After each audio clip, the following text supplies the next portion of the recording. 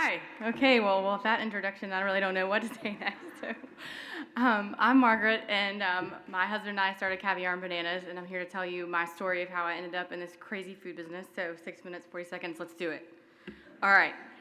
I grew up in Knoxville, Tennessee. Me, my mom, my dad, my sister, and there's really no delicate way to say this, but my parents basically hated each other, so they figured out that the more people that they had at our house, the less they had to talk to each other, so there was always a party. My mom loved to cook, she loved to entertain, so then basically my sister and I became her service staff, and the food business was born. So I finished high school and I moved here to Charleston to go to the College of Charleston. I had a pretty average college experience, lots of underage drinking and hip hop. And I really had no idea kind of what I wanted to do. And I got this idea that I wanted to go into graphic design because I'd always been the creative child, not the smart child. That was my sister. And anyway, so I found this program in Italy that was for a study abroad. And I was like, well, you know what, let's try that out. So I went to Italy. And I lived there for a semester, and it was pretty amazing to me, not only living in that culture and going to this school and pursuing design, but it was also a complete departure in the food world from anything that I'd ever known here in the United States. And so just like the freshness of the ingredients and people shopping every day, it was really, I guess, where I started my love affair with food. So I graduated College of Charleston, and I moved to New York for graduate school. And I really feel like when I moved to New York, that's where a lot of my life sort of like happened, I guess. I was born into a very liberal Democratic family in Tennessee, and so when I got to New York, I was like, oh, I found my people. Anyway, so I was in New York and going to graduate school, and I just really loved the energy and the excitement and the drive of all the people there who were like just trying to go somewhere and like take over the world and kick ass. And I was like, yeah, I want to do that. And I got this like energy and excitement and drive, I think, partly from that experience of being surrounded by that. But I was working at, this hot restaurant of the moment during graduate school to pay my tuition, and I ended up meeting my amazing husband there, who at the time was my boss. Oopsie. So Chris was working there as a manager, and he had just had a pretty big life change, actually. He had started out in the financial industry, and he started realizing he's reaching for Bon Appetit magazine instead of the Wall Street Journal. And I mean, I don't know who gives you your financial advice, but I really would rather have the guy reading the Wall Street Journal. So he decided he was going to quit, and he never actually had the opportunity to do so because his world literally collapsed. So he was in the building at the World Trade Center on that terrible day and escaped and survived thanks to a hangover and a subsequent trip down to the building's cafeteria in search of caffeine, which gave him a 40-floor head start out of the building.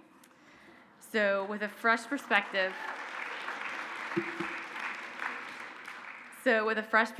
on life and the chance to do what he really wanted to do, Chris got a job in the restaurant industry where we met. After graduate school, I was working in branding and marketing, and Chris had transitioned to a job with a specialty food retailer. And we really spent all of our free time, which wasn't a lot, just eating and breathing in New York. I mean, any kind of food, any restaurant, any farmer's market, anything. We just wanted to absorb everything food. So one day, Chris looked at me, and he's just like, what are we doing? Like, why are we doing this? Like, we need to do something for ourselves. I'm like, all right, what do you want to do? He's like, let's do a restaurant. All right. We both loved food enough. So we started working on this idea of Caviar and Bananas. And, we dreamed of making this place that was like the best of everything that you needed for every day. Somewhere where you could really get good food and good coffee and good bread and good salad or just whatever. And somewhere where everything was made with like really good ingredients from scratch.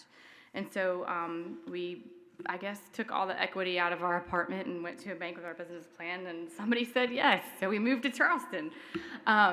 So we got here, and we've been open now almost 8 years, and I'm not sure if it was, I'm not sure if it was naivety or cockiness or just flat-out stupidity that made us think that we really had any idea what we were doing, but we just kind of figured it out. We had an awesome team to get started, but there's so many things you just don't think about when you're starting out. I mean, that first year, I really remember we were so scared to spend any money on extras. And when I say extras, I mean like we would flip a coin to see which one of us was going to scrub the toilets at the end of the night. And we took turns washing dishes, and we'd run deliveries and just whatever needed to get done. And we had one of those old school time clocks. I don't know if y'all remember those, like those things. If you ever spent 10 hours adding up payroll every time you needed to do payroll every 2 weeks, I was like, thank God for technology. I don't care what it costs. We're getting something. Anyway, I guess it sounds kind of glamorous when you say that you're a restaurateur, you own a restaurant, but in actuality, it's really not.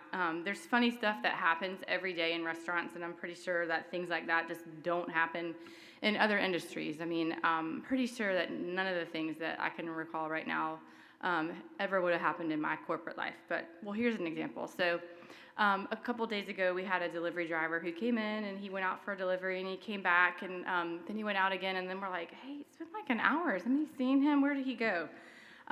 Just about that time, we get a call from Fleet Landing, and they're like, hey, yeah, we have a guy down here at the bar in a caviar and bananas t-shirt. It's totally shit-faced. You guys missing anybody? We're like, nope.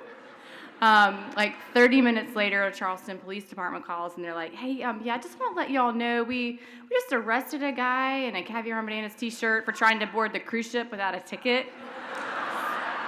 Yep, I'm pretty sure that never happened in any of y'all's corporate jobs.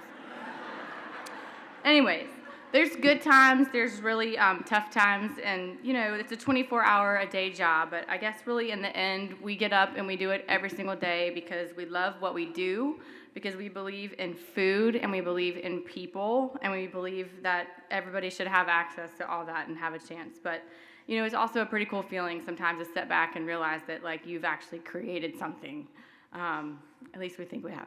But I'm proud to say after 8 years in this business, I'm still happily married. I have 2 beautiful children, and that we're opening 2 new locations this summer.